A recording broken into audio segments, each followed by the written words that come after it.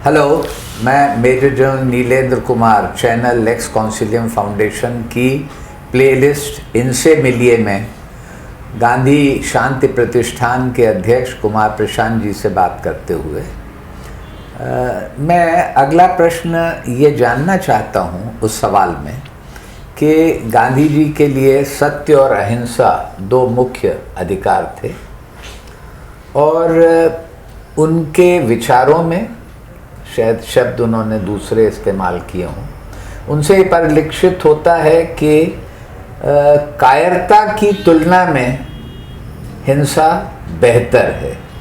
तो इसको क्या आप सही पर्सपेक्टिव में दर्शकों के लिए बताना चाहेंगे?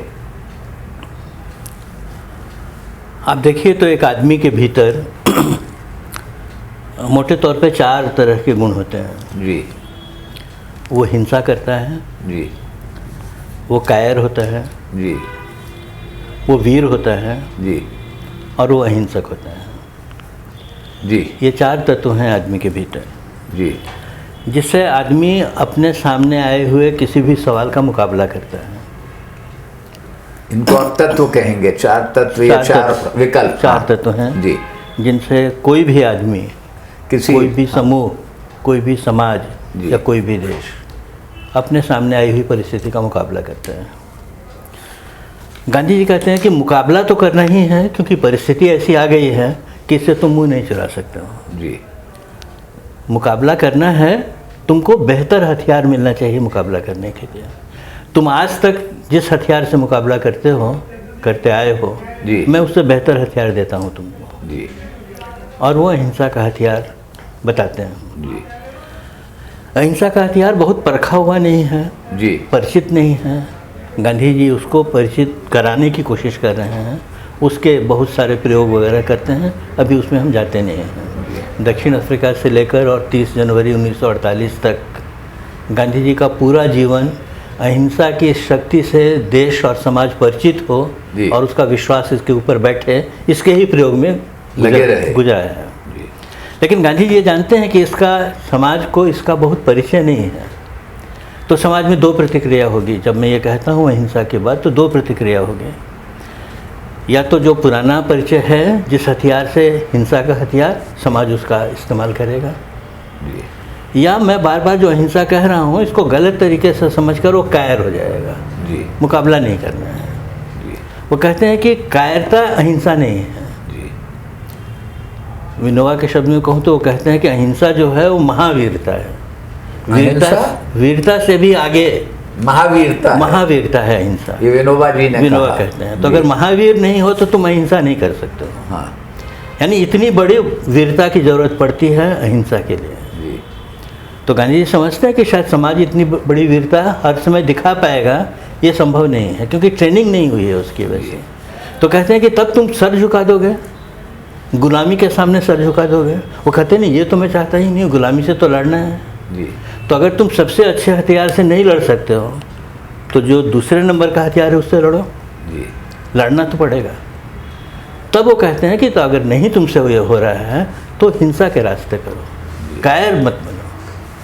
कायर का मतलब है स्टेटस को बना कर रखना, या पीठ दिखाना। हाँ, पीठ दिखाना वही हुआ। जो स्टेटस को है उसके सामने सर झुका देना। वो कहते नहीं, स्टेटस को कैसे स्वीकार कर सकते हैं, उसको तो तोड़ना है। तोड़ने का एक बेहतर रास्ता मैं बताता हूँ, लेकिन वो रास्ता शायद तुम चल नहीं पाओ, तो तुम स्टेटस को के साथ मत जाना, अपनी ताकत से इसका मुकाबला करो। तो ये जो क्रम है, इस क्रम को अगर हम समझेंगे तो गांधी जी कितने प्रैक्टिकल हैं चीज़ों को सोचने में, ये भी आपको समझ में आएगा। और गांधी जी कितने आदर्शवादी हैं, ये भी आपको समझ में आएगा।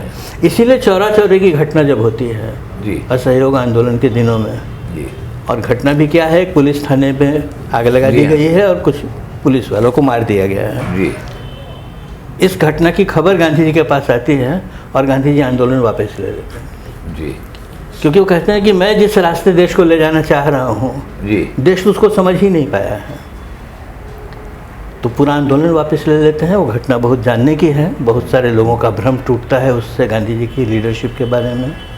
भगत सिंह उसी निर्णय के कारण गांधी जी से दूर जाते हैं। पूरी कांग्रेस की लीडरशिप गांधी जी को अयोग्य लीडर मान लेती है। लेकिन वो खतरा लेकर के भी वो निर्णय करते हैं। लेकिन वही गांधी जी 1942 में जब भारत छोड़ो आंदोलन की घोषणा करते हैं और सब लोग उनको सावधान करते हैं कि इस समय वर्ल्ड वार चल रहा है, इस समय आप इतना बड़ा काम उठा रहे हैं, आग लग जाएगी पूरे देश में।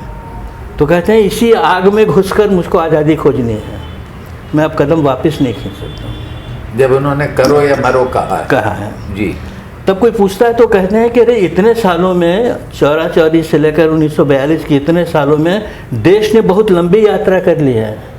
उसको पता है कि अहिंसा भी एक हथियार है और उसका इस्तेमाल करके उसको नतीजे मिल चुके हैं। इसलिए अब मुझको इस बात का भ्रम नहीं है कि लोगों को कन्फ्यूज़न होगा समझने में कि क्या करना है। इसलिए कहते हैं कि नहीं, इस समय तो खतरे में उतरना पड़ेगा।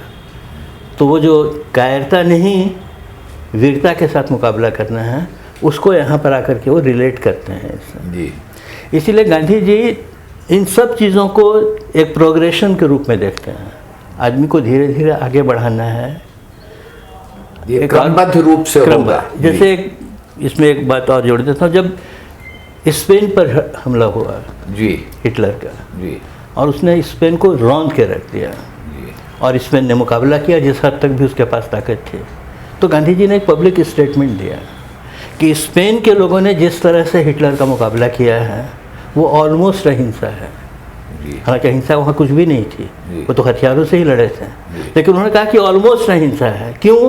क्योंकि उन लोगों ने कायरता नहीं दिखाई। उन लोगों ने अपने से बहुत बड़ी ताकत के सामने अपनी पूरी जान लगा करके लड़ाई लड़ ली। जान लगाकर लड़ाई लड़ लेना ये वीरता है, और वीरता तो मैं हमेशा कहता हूँ कि कायरता से अच्छी चीज़ है। इस संदर्भ में हमको इस बात को समझना चाहिए। बहुत ही सरल तरीके से और प्रत्यक्ष रूप में ये बात आपने समझाई, धन्यवाद। देखते रहिए हमारी बातचीत इनसे मिलिए प्लेलिस्ट में कुमार प्रशांत जी से जारी रहेगी। धन्यवाद।